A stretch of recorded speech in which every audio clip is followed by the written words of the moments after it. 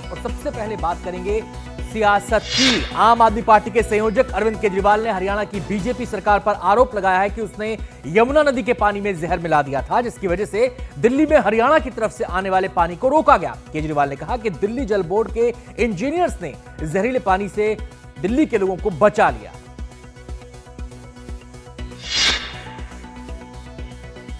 हरियाणा के सीएम नायब सिंह सैनी ने केजरीवाल पर पलटवार करते हुए कहा कि मैं पानी की गुणवत्ता की जांच के लिए तैयार हूं और दिल्ली के लोग आपको सबक सिखाएंगे। सूत्रों के मुताबिक केजरीवाल के खिलाफ हरियाणा सरकार कोर्ट जाने की तैयारी में है। इधर दिल्ली जल बोर्ड के सीईओ का कहना है कि पानी में अमोनिया मिलाने की बात गलत है। दिल्ली के सीएम आतिशी ने कहा कि सीईओ ने दबाव में ये बयान दिया है। दिल्ली विधानसभा चुनाव के लिए आम आदमी पार्टी ने अपना मैनिफेस्टो जारी किया है, जिसमें पहली गारंटी रोजगार की दी गई है। इसके अलावा महिलाओं को हर महीने 2100 रुपए, 60 साल से अधिक उम्र के लोगों के लिए इलाज, पानी के गलत बिलों में सुधार, छात्रों के लिए मुफ्त बस यात्रा और मेट्रो किराए में 50% छूट समेत किराएदारों को मुफ्त बिजली का भी वादा किया गया। लंबी कवायद के बाद उत्तराखंड में समान नागरिक संहिता कानून को लागू कर दिया गया है। मुख्यमंत्री पुष्कर सिंह धामी ने अपनी सरकार के मंत्रियों के साथ यूनिफॉर्म सिविल कोड की नियमावली और पोर्टल लॉन्च किया। उत्तराखंड यूसीसी लागू करने वाला पहला राज्य बन गया है। अब शादी, तलाक, उत्तराधिकार पर समान कानून लागू होंगे। संयुक्त संसदीय समिति ने वक्फ संशोधन बिल में कुछ बड़े बदलावों को मंजूरी दे दी है। सूत्रों के मुताबिक एक अहम बदलाव मौजूदा वक्फ संपत्तियों को लेकर है। अब ऐसी संपत्तियां जो ना तो पंजीकृत हैं और ना ही धार्मिक उद्देश्य के लिए इस्तेमाल की जा रही हैं, सरकार की संपत्ति हो जाएंगी। दिल्ली समेत देश के कई हिस्सों में ऐसी कई संपत्तियां हैं। केंद्रीय गृह मंत्री अमित शाह ने महाकुंभ में आस्था की डुबकी लगाई। इस दौरान यूपी के सीएम योगी, जूना अखाड़े के महामंडलेश्वर आचार्य अवधेशानंद गिरी और कई साधु संत शाह के साथ स्नान में शामिल हुए। शाह के परिवार के सदस्यों ने भी संगम में डुबकी लगाई। इसके बाद अमित शाह ने परिवार समेत अक्षयवट का दर्शन किया और बाद में स्वामी अवधेशानंद के आश्रम में भोजन भी किया। कांग्रेस अध्यक्ष मल्लिकार्जुन खड़गे ने कहा कि बीजेपी नेताओं में कैमरे के सामने डुबकी लगाने की होड़ मची है। खड़गे ने पूछा, क्या गंगा में डुबकी लगाने से गरीबी समाप्त हो जाएगी? उन्होंने कहा कि वो तब तक डुबकी लगाते रहते हैं जब तक कि ये कैमरे पर अच्छा ना दिखने लगे। ऐसे लोग देश का भला नहीं कर सकते। हमारी आस्था भगवान में है। 2025 में विश्व के सबसे बड़े धार्मिक सांस्कृतिक महाकुंभ में देश विदेश के लाखों श्रद्धालु हर दिन अटूट आस्था लिए संगम में पवित्र डुबकी लगा रहे हैं। महाकुंभ को 4 चांद लगा रहे हैं। आसमान में हजारों ड्रोन से बनाई जा रही हैं आकृतियां, जो हर शाम तकनीक की मिसाल बन रही हैं। सरकारी आंकड़ों के मुताबिक करीब 11 करोड़ 47 लाख श्रद्धालु पवित्र स्नान कर चुके हैं। धरती के सबसे बड़े धार्मिक आयोजन महाकुंभ मेला 2025 पर दुनिया भर की निगाहें हैं। इंटरनेशनल स्पेस सेंटर में मौजूद नासा के एस्ट्रोनॉट डॉन पैटिट ने अपने सोशल मीडिया एक्स पर अंतरिक्ष से ली गई महाकुंभ मेले की तस्वीर को साझा करते हुए लिखा, 2025 में हो रहे महाकुंभ मेले का गंगा नदी पर रात का दृश्य अंतरिक्ष से दुनिया का सबसे बड़ा मानव समागम रोशनी से जगमगा रहा है।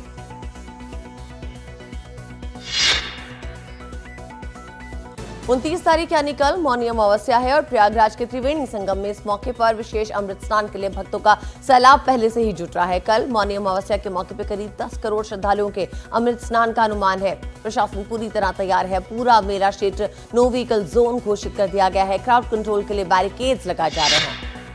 पटना जंक्शन पर महाकुंभ जाने वाले यात्रियों के बीच अफरा तफरी मच गई। प्लेटफॉर्म पर ट्रेन आने के वक्त यात्रियों की भीड़ बेकाबू हो गई और इसी बीच किसी ने कोच को अंदर से बंद कर दिया। इससे कई लोगों की ट्रेन छूट गई। बाद में रेलवे ने सभी यात्रियों को 2 स्पेशल ट्रेनों से प्रयागराज भेजा। वहीं दिल्ली के यात्रियों को टिकट का पैसा लौटा दिया गया।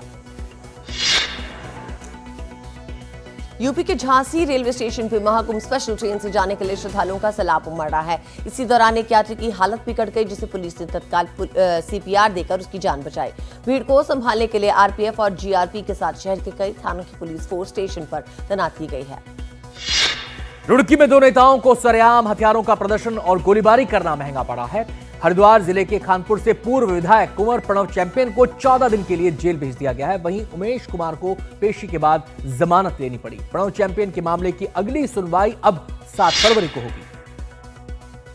कर्नाटक के हुबली में एक शख्स ने आत्महत्या कर ली और सुसाइड नोट में अपनी पत्नी पर प्रताड़ना का आरोप लगाया। पीटर गोलापल्ली नाम के इस शख्स ने परिवार से कहा कि वो और उसकी पत्नी पिछले 3 महीनों से वैवाहिक कलह से गुजर रहे थे। सुसाइड नोट में शख्स ने लिखा है कि मेरी पत्नी मुझे मार रही है, वो मेरी मौत चाहती है, मैं अपनी पत्नी की प्रताड़ना के कारण मर रहा हूँ। सैफ पर हमला मामले में मुंबई पुलिस के सूत्रों के मुताबिक पश्चिम बंगाल के नदिया जिले से एक महिला गिरफ्तार की गई है, जिसका नाम खुखू मोनी जहांगीर शेख है। यह महिला गिरफ्तार आरोपी बांग्लादेशी शरीफुल इस्लाम की परिचित है। सूत्रों के मुताबिक शरीफुल के फोन का सिम इसी महिला के नाम पर खरीदा गया था। मुंबई पुलिस का इस महिला को ट्रांजिट रिमांड पर लाएगी।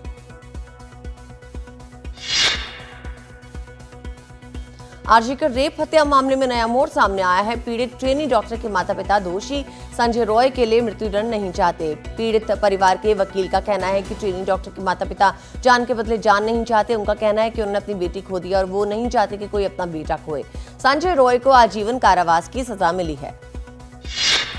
दिल्ली के बुराड़ी में ऑस्कर पब्लिक स्कूल के पास एक रिहायशी बिल्डिंग गिर गई। बताया जा रहा है कि ये 4 मंजिला बिल्डिंग अंडर कंस्ट्रक्शन थी। हादसे में कुछ लोगों के अंदर फंसे होने की सूचना के बाद उन्हें बचाने के प्रयास जारी हैं। दमकल की गाड़ियां और प्रशासन के अधिकारी राहत और बचाव कार्य में जुटे हैं। झारखंड में जमशेदपुर से सटे गमहरिया इलाके में टाटा स्टील की मिल के आवासीय परिसर में एक इमारत गिर गई। इसमें कुल 16 फ्लैट थे। इमारत गिरने से यहां अफरा तफरी मच गई। सूचना मिलते ही टाटा स्टील के पदाधिकारी मौके पर पहुंचे। राहत की बात यह रही कि इस घटना में कोई हताहत नहीं हुआ।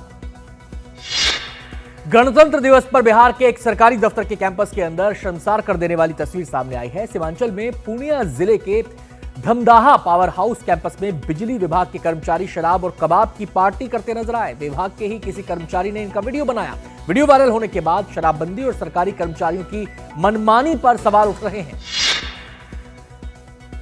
प्रधानमंत्री नरेंद्र मोदी ने गणतंत्र दिवस के बाद एनसीसी की बीटिंग द रिट्रीट कार्यक्रम में हिस्सा लिया। प्रधानमंत्री ने एनसीसी कैडेट्स को विकसित भारत के लिए मिलकर प्रयास करने का मंत्र दिया और उन्हें देश के बड़े मुद्दों से जुड़ने की सलाह दी। कार्यक्रम में रक्षा मंत्री, रक्षा राज्य मंत्री, सेना प्रमुख भी शामिल हुए। एनसीसी कैडेट्स ने कई शानदार कार्यक्रम पेश किए।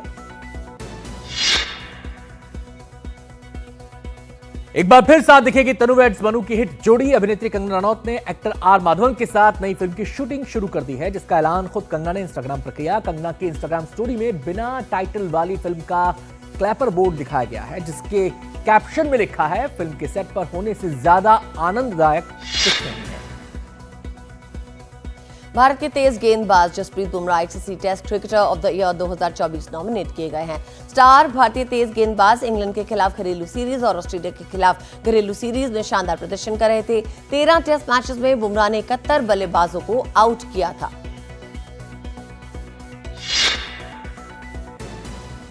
करीब 12 साल बाद विराट कोहली को उनके फैंस दिल्ली में रणजी मैच खेलते हुए देख सकेंगे। खबरों के मुताबिक वो आज दिल्ली के अरुण जेटली स्टेडियम में अभ्यास कर सकते हैं। हालांकि पहले उनके खेलने को लेकर सवाल उठ रहे थे, क्योंकि रोहित शर्मा ने रणजी खेलने से इनकार कर दिया है और कई भारतीय खिलाड़ी फिलहाल रणजी में हिस्सा नहीं ले रहे हैं। भारत और चीन 2020 से बंद कैलाश मानसरोवर यात्रा फिर से शुरू करने को राजी है। भारत के विदेश मंत्रालय ने साझा जानकारी के मुताबिक इस साल गर्मियों में यात्रा शुरू करने की बात कही। दोनों पक्षों के बीच एक विशेष प्रतिनिधि बैठक में ये सहमति बनी। भारत के विदेश सचिव विक्रम मिस्री और चीन के विदेश मंत्री वांग यी की बैठक में सीधी उड़ानों पर भी सहमति जताई गई है।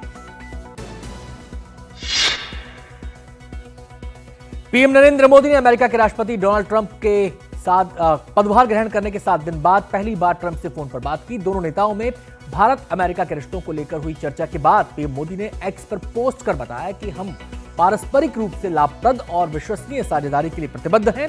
हम वैश्विक शांति, समृद्धि और सुरक्षा के लिए मिलकर काम करेंगे।